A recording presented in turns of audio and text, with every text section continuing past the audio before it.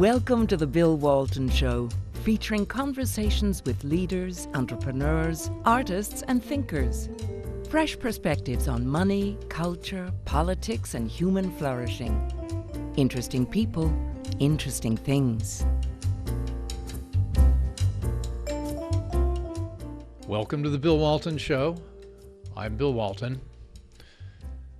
We're all watching events unfold as Russia continues its invasion into Ukraine. Is this all about Vladimir Putin, or did the United States and the European Union create the conditions for it to happen?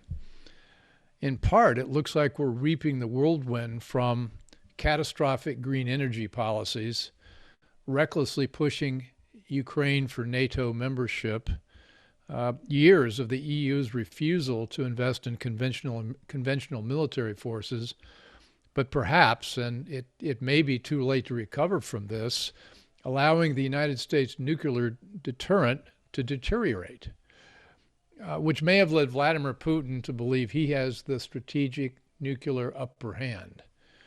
From reports I've heard, he has assumed personal control of the world's largest nuclear arsenal from one of his underground bunkers, shielded beneath thousands of feet of granite. Is this true? Has Joe Biden blundered us into a nuclear war over Ukraine? I've asked my frequent guest, Dr. Peter Vincent Pry, to join us and give us some insights into this. He's executive director of the Task Force on National and Homeland Security, served as chief of staff to the congressional EMP Commission, and director of the U.S. Nuclear Strategy Forum. Just recently, he published a piece titled "The Nuclear Crisis Nobody Knows." Peter, welcome. Great talking with you. I'm very eager to learn what you think about where we are right now. Let's start with your thoughts about, I don't know, let's start with wherever you want to start, where we are in this crisis, and are we really risking a nuclear war? Well, let's start with that issue, because that is ignored completely by the mainstream press. They report Putin's nuclear threats, but they are dismissed both by the press and by the White House and by the Pentagon as bluster and nuclear saber rattling.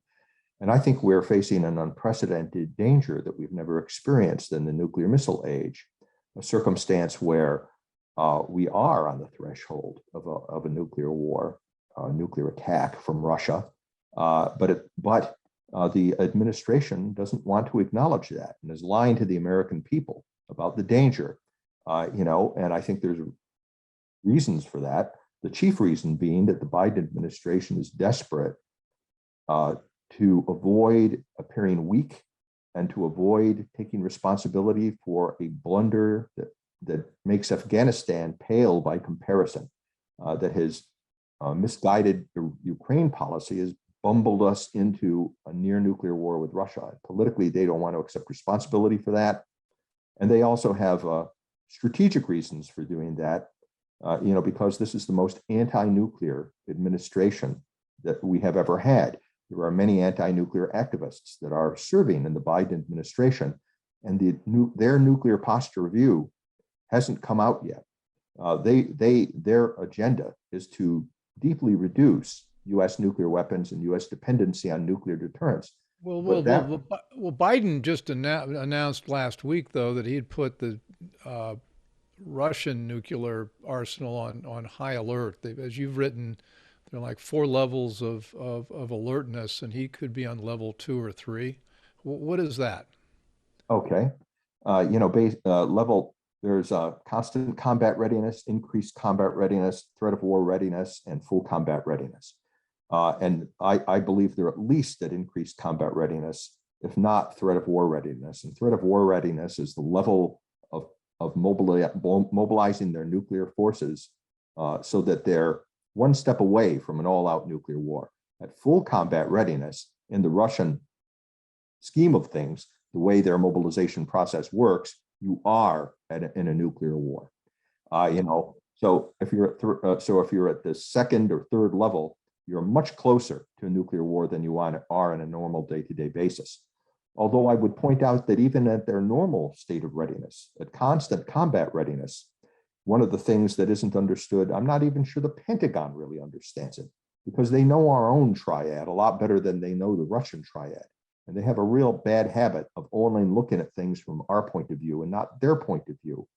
But the Russian triad is very different from ours. It relies much more heavily on intercontinental ballistic missiles, which have a very high readiness. They can be launched in 3.5 minutes once Putin authorizes them to be launched. And they can basically fight and achieve their damage goals just with that force that's in constant combat readiness without mobilizing the other forces. So one of the few indicators that we have are, is the geostrategic situation in the world such? Is there a major international crisis going on that would justify a nuclear attack? And second, do we have any indicator that the Russians have moved in the direction of that? And the biggest and single most important indicator is the National Command Authority. You know, Putin has self-deployed himself to his nuclear bunker and put his forces on nuclear alert. If we didn't know anything else except those two things. Is that a confirmed report? Do we know for certain that he's thousands of feet underground? That another problem is that our intelligence isn't good enough to know right.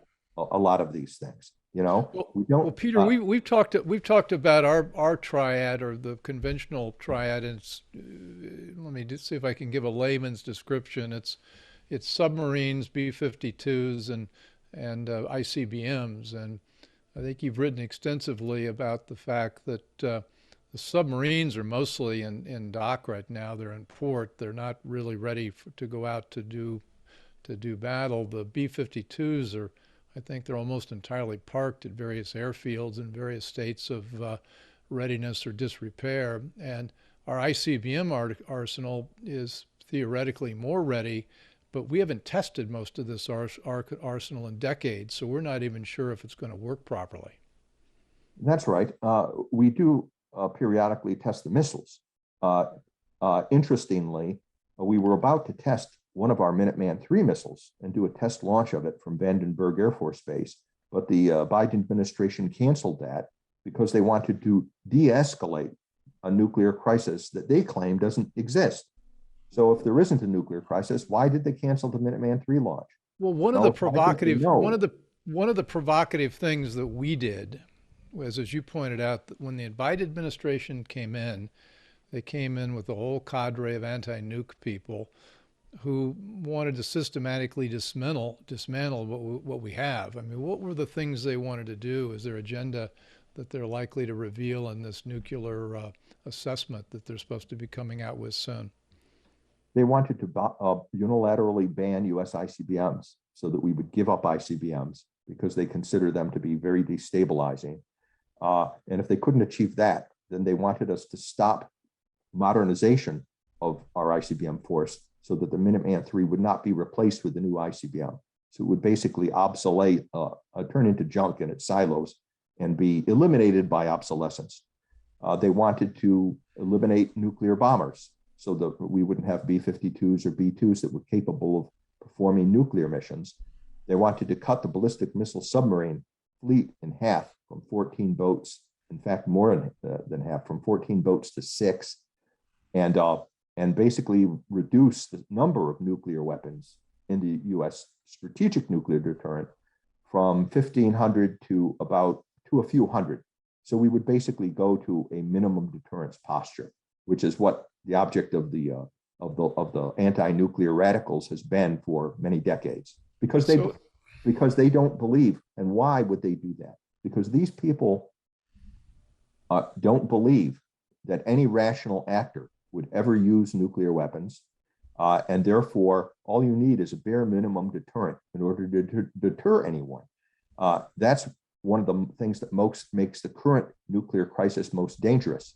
You know, because Biden is acting, you know, as if Putin would have to be a madman to use nuclear weapons, that it's not a rational decision that he would make, despite the fact that Russian doctrine calls for that they've exercised it, that their force structure is clearly designed for war fighting and surprise attack.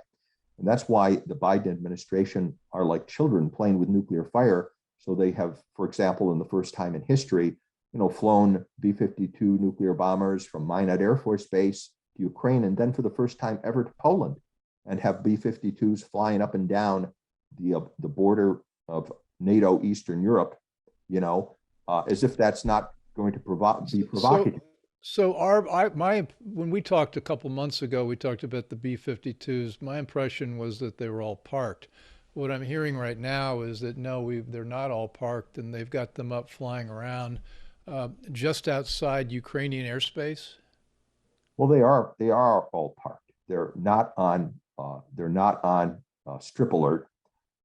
We sent a few of them to the United Kingdom. We didn't send the whole force. We have about 50 B-52s, and most of those are still parked on their 3 Air Force bases. They're not fueled up. The pilots aren't sitting in the cockpits ready to take off. It would take us 3 days to mobilize our B-52 bomber force, 3 days. But we have sent some of the B-52s as a demonstration to the Russians about our resolve. It's not clear if those B-52s are armed or not. They're probably unarmed, knowing the anti-nuclear bent of this administration, but the Russians don't know that. Nobody knows that. And so that's the kind of stupid thing that can easily lead to miscalculation. When the Russians might think, well, that maybe the Biden administration is getting ready to make a demonstration and strike us and do a preemptive strike, because they know that if Russia strikes first, we cannot win the nuclear exchange. The only possibility we would have for coming out better is if we struck first. Whoever strikes first in a nuclear conflict is probably going to be the winner. Although our deterrent has so deteriorated, and because we do not have the kind of deep underground command posts that the Russians have, I doubt that even if we struck first, that we would prevail. How many people understand this, and how many people in the Biden administration understand it? Almost nobody understands this, it seems. I mean, there's a handful of people around, mostly retired from the Department of Defense, who gained their expertise during the Cold War. When nuclear strategy and nuclear warfighting was taken seriously. The last administration that did that was the Reagan administration. There's very few people around. I don't really know of anybody. Admiral Charles Richard, I think, he's the head of Stratcom. I think he gets it. He understands it. But he's pretty much a lone figure. I think most of the expertise we have is concentrated in Stratcom. But they don't have the ear of the White House. They're the very people that the anti-nuclear activists in the White House hate, and feel are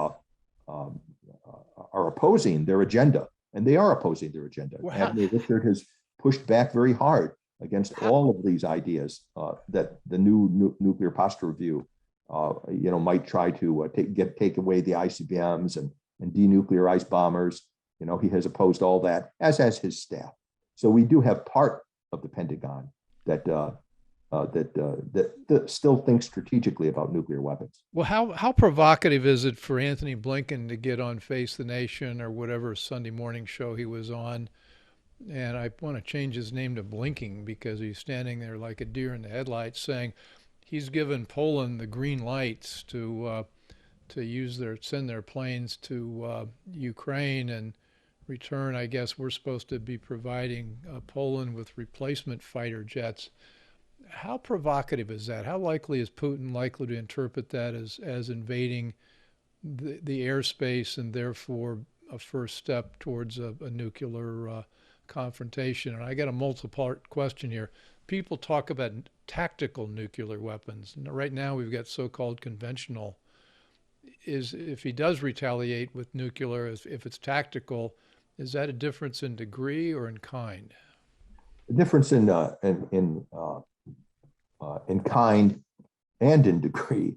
Tactical nuclear weapons are short-range nuclear weapons that would be used on a battlefield. They wouldn't be used against the United States. Weapons that would reach our homeland are called strategic nuclear weapons, and they tend to have higher yields, and the kind of targets they would have would be strategic targets. You would, if you're trying to, their first strike would try to disarm our nuclear forces by blowing up the ICBMs in their silos, destroying the bombers on their bases, destroying the ballistic missile submarines at their ports. A tactical nuclear weapon is designed to be used on a battlefield to destroy a battalion of tanks or to sink an aircraft carrier, or if you had an air-to-air missile, for example, the Russians have tactical nuclear weapons for their air-to-air missiles to win a fighter aircraft duel in the sky. A lot of people predicted that the Russian conventional military would just steamroll right through Ukraine in a matter of a couple of days, 2-3 days, and it would be all over. Well, that hasn't happened.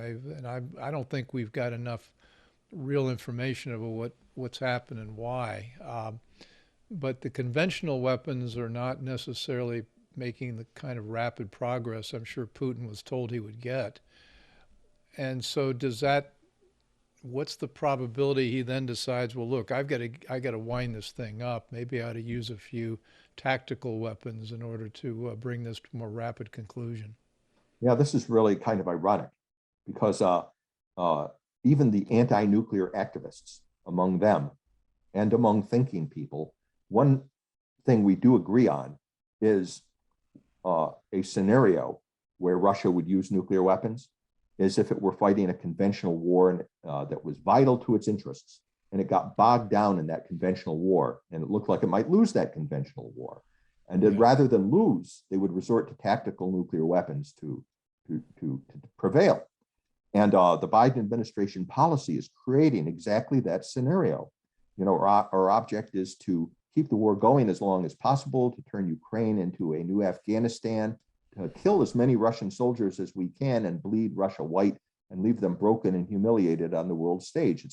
It's keep creating the very scenario that even the Biden anti-nuclear activists, have agreed could lead Russia to use tactical nuclear weapons. We have to be enormously skeptical about the progress in terms of Russia's general purpose force, the normal conventional war that's going on, because almost all of our information is coming from Ukraine, and it's coming from a Biden administration that's very biased to make the Russians look as bad as possible. And the reason for that is because the media and the Biden administration wants everybody to forget that Biden put America's national security credibility, our superpower credibility, on the line in Ukraine. He drew a line in the sand in Ukraine and dared Putin to cross that line.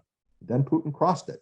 That's far more important than whether Russia comes out the winner or the loser in Ukraine. The fact of the matter is, our superpower credibility was put on the line. And now our response to helping Ukraine is extremely weak. It's employing the feather of economic sanctions and fighting to the last brave Ukrainian, basically is what comes out. So all of our allies around the world, regardless of what their opinions are in the passion of the moment, when they have an opportunity to think about this in the future, Japan and Taiwan and our European NATO allies are all going to ask the question, well, is this what the United States is going to do for us? If Russia attacks us or China attacks us, is that our bold response going to be economic sanctions and letting us fight to the last brave Japanese? Yeah, here's our position. We're going to let you fight to your last man standing. Right, exactly. Great. So in other words, it destroyed the foundations of the world order that's based on U.S. security guarantees. Moreover, so as Putin pushed all of his chips onto the table in terms of his power and his life, how much, where is he in terms of what his options are right now? I think what he's doing is he's going to just keep using his conventional forces, to overwhelm the Ukrainians and eventually achieve victory in Ukraine, at a conventional level. But we haven't seen him things he has and that NATO does not have. He could have used cyber attacks to black out their electric grid. He could have used nuclear or non-nuclear EMP to black out the whole European NATO grid, or Ukraine's NATO grid with non-nuclear EMP weapons. He could have used chemical weapons. He could use biological weapons. Russia has a unilateral advantage over both Ukraine and the NATO member states in all those things. He has not unleashed his Air Force. For some reason, and these are kind of mysteries as to why not. Why did he not from the outset take advantage? He's violated some fundamental principles of Russia's own military doctrine. For example, and I have to admit, I was surprised that he decided to attack now. I thought he was going to stand down and then attack it during the summer, all right? And leave the forces in place to build up even further and then attack during the summer. But fundamental to Russian military doctrine is to achieve tactical and strategic surprise against an adversary. And he completely gave up strategic and tactical surprise because, we saw him coming, and he mobilized his forces and went in without any surprise at all. That might be a bad thing for us. It kind of demonstrated such contempt for NATO and America and the Ukrainians themselves that he didn't think he needed strategic or tactical surprise. And so he went all in. He didn't destroy the Ukrainian Air Force, which is the first thing he should have done, to gain air superiority. Or at least I assume he did it. I'm not sure we can believe anything we're being told, all right? That's the issue. We've got to, this thing is shaping up again along partisan lines, and it's fairly stunning. It's almost reminiscent of what we went through with the virus and the lockdowns and all the news. It's being covered in a particular way, and you're not allowed to see other points of view. I'm not sure we've got a clear picture. Sure, Peter, you're probably the world's leading expert in EMP, which I forget exactly what our acronym stands for, but it's electromagnetic pulse, and that's where you can take out an electrical grid. Why hasn't he done something like that in the Ukraine? Well, he could, and maybe he has on a limited basis. You can use non-nuclear EMP weapons to make very selective kind of attacks. He could have used. I did an article that reminded everybody about analysis done by the EMP Commission. That with a single nuclear EMP attack, if he detonated a weapon 70 miles above NATO headquarters in Brussels, the EMP field would black out electric grids from Ireland to Poland, and it would create a red carpet for Russia to just walk to the English Channel if they wanted to. He hasn't done that, obviously, because that would escalate into a third world war. But he could do that. I think, and I agree with those analysts I still agree with those analysts who said when you compare the forces that Russia could, if they had fought against Ukraine the way they planned to fight against a NATO member state, that they could have quickly defeated Ukraine and walked right over them. But there are reasons people are forgetting. There are reasons the Russians haven't done that. Putin wants Ukraine to be part of Russia. He doesn't want to completely destroy the whole country, which is what he would do in an all-out war against a NATO member state. He wants to capture the critical infrastructure intact. He wants to limit the civilian casualties, despite what we're hearing in the media propaganda. He wants to limit civilian casualties as much as possible. I think he wants to destroy the Ukrainian army in the countryside and not engage in the destruction of the cities by fighting them street to street, building to building in the cities. And so the way to do that is it's called fixing the enemy forces out in the countryside and wearing them down so they run out of fuel, ammunition, personnel. And this is a slower process than your classic blitzkrieg, which is how they would fight against the NATO member state, where they don't care about your critical infrastructure. In fact, the critical infrastructure is a target, and they would go after and destroy the critical infrastructure and gain air superiority so that they could destroy bridges and destroy columns of tanks and achieve quick victory that way. They wouldn't care about limiting civilian or military casualties. So if I could interpret, though, there are a lot of people now who I don't think know very much who are crowing about the fact that the Ukrainians have slowed the Russians and the Russians' military is not nearly what it's cracked up to be. I think what you're saying, if I'm hearing you, is that Putin's deliberately engaging in strategic forbearance because he really wants Ukraine to be part of the greater Russia, and taking the more draconian military measures doesn't suit that interest. And so he's willing to spread this out over a few weeks, a month, or 2 months, something like that, and then end up with some sort of strategic outcome where he gets most of Ukraine, maybe not all of it, but that would satisfy him. Is that? Well, yes, this is a theory that I think explains the evidence better than what's being put forward on television. I don't know if I'm right.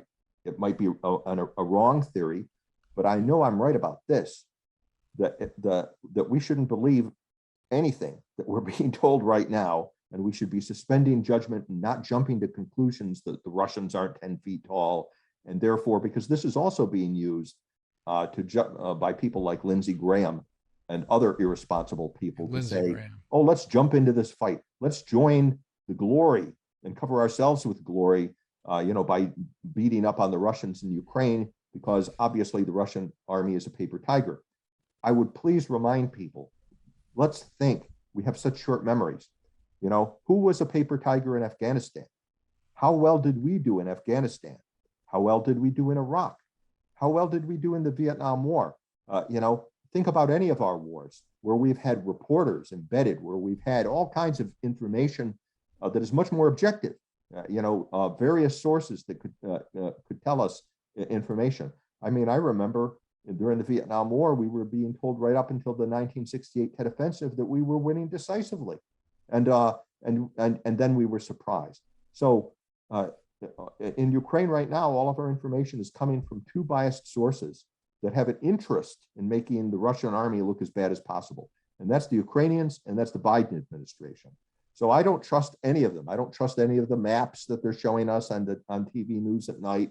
It'll probably be some time after the war is over, but that we find out what the real truth is. We already know there's all kinds of disinformation. I mean, the MiG-29 ghost pilot, for example, has turned out to be not true. The events on Snake Island were a lie. I see there are patriotic writing. Last night I saw on television on a blown out building, patriotic slogans for people to hold on and keep fighting, written in English, okay, which is obviously aimed at us, So NBC, I'm sure we use that. Right. Well, even Fox News did. That's where I saw it. Fox has come in on that side of it as well. Exactly, and not even they said, well, why are these invitations for us to join the Ukrainian war written in English on the side of these buildings? Now, I'm not a defender of Putin or of Russia. I think Putin's an evil man and Russia's an evil empire. But the bottom line is that and one of the other things I find most frustrating about this is what a blown opportunity this was for the Republican Party that has rallied behind Biden basically and has swallowed hook, line, and sinker this whole thing. It's almost as if somebody told Biden, you can rally the American people behind you by getting in a little confrontation, eyeball to eyeball confrontation with Russia, that your friendly media will tell the American people you've won to turn you into a hero and save yourself during the midterm elections and distract people from your terrible domestic policies. This has become Biden's wag the dog in a sense. Yeah, where are the Republicans? We're supposed to have an America First nationalist foreign policy. If you're a conservative, that's what you're supposed to believe in. Where are the Republicans demanding, Mr. President, what are U.S. vital national security interests in Ukraine that are so great that it's worth getting into a nuclear war or a large-scale conventional war with Russia? Well, there are none. We've got a couple of minutes. I wanted to get, you and I have talked about, we're really going after the wrong empire in a sense, that China looms much more threatening in the long term or even the medium term, especially with regard to Taiwan. And China seems to come into this and at Russia's back, because this serves China's longer term interest. I mean, how do you see this playing out with China? Well, I think that this is clearly going to strengthen further the alliance between Russia and China and between those two actors and their client states, North Korea, Iran, and international terrorism. And this is the most formidable block of military and economic power that we have ever faced in our history. And it's if we continue to help the Ukrainians to kill Russians and escalate this situation, it's going to further strengthen. And in fact, we may find ourselves stumbling into a World War III that we will lose against Russia and China, because in the theaters of conflict in Ukraine, we can't win. We can't even defend the frontline NATO states against a Russian attack. Our own war games showed that. We can't defeat China over Taiwan. We've had 19 war games that show us losing there. And we especially can't win if this thing escalates to the nuclear level. But we can't even win at the conventional level. We need time to rebuild our conventional and our nuclear capabilities. We need to follow a smart grand strategy. The smart move always has been on this chessboard is try to split the Russia-China axis, to try to get Russia to be at least neutral, if not a U.S. strategic partner. And we blew a golden opportunity before the Ukrainian invasion because Russia had offered up a peace treaty that was not unreasonable. It was not unreasonable. We could have used that as a basis for negotiating a strategic partnership with Russia that would have split the Russian-Chinese alliance. Now that the Ukraine war is on, we obviously can't go back and try to make peace with Russia under these circumstances, but we can be neutral, and take no side. The Ukraine will either fall to Russia or it will become a long, protracted, guerrilla war. We shouldn't want either part of it. Our interests are not involved there.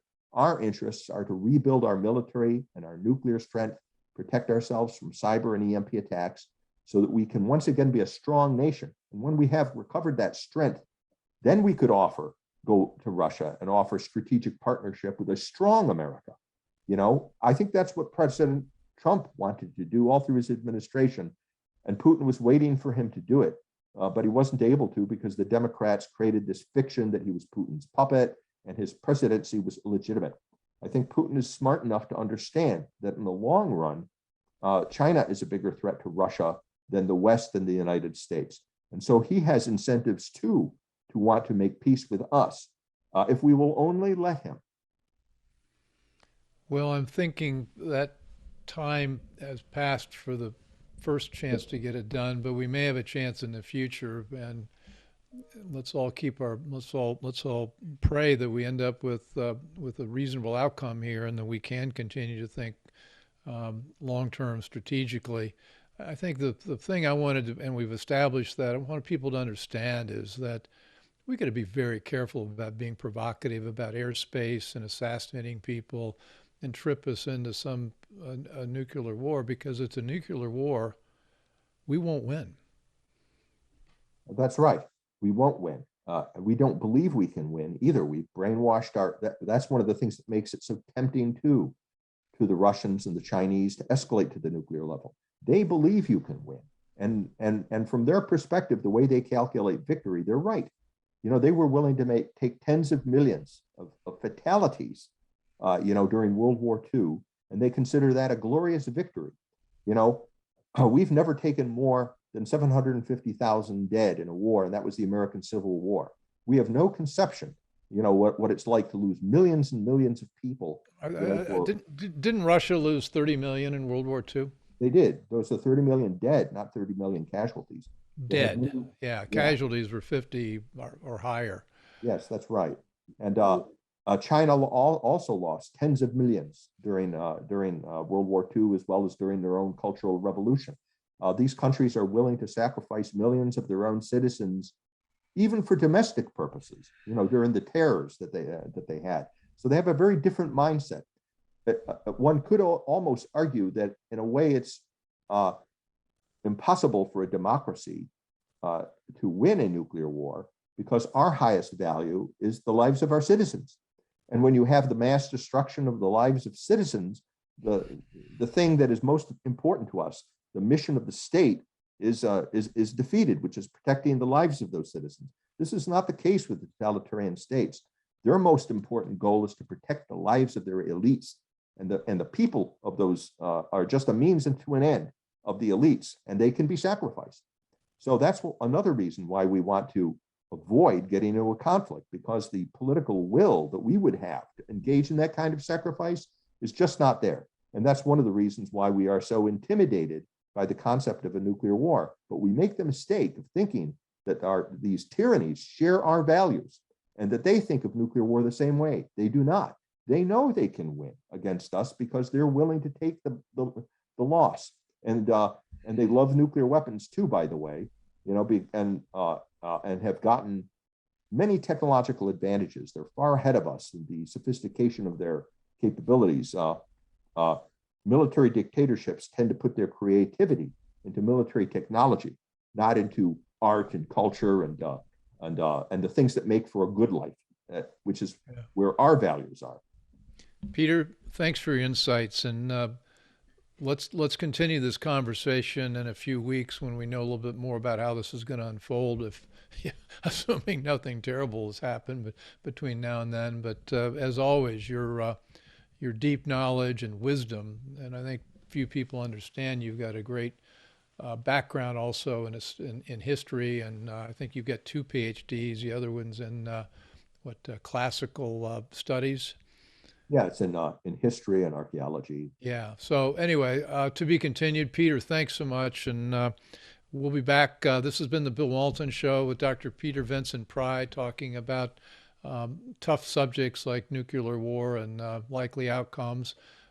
Join us next time, and we'll be back with more to inform you and help you understand what's going on. So thanks much. Thanks for joining us. Bye. I hope you enjoyed the conversation. Want more? Click the subscribe button or head over to thebillwaltonshow.com to choose from over 100 episodes. You can also learn more about our guest on our Interesting People page. And send us your comments. We read every one, and your thoughts help us guide the show. If it's easier for you to listen, check out our podcast page and subscribe there. In return, we'll keep you informed about what's true, what's right, and what's next. Thanks for joining.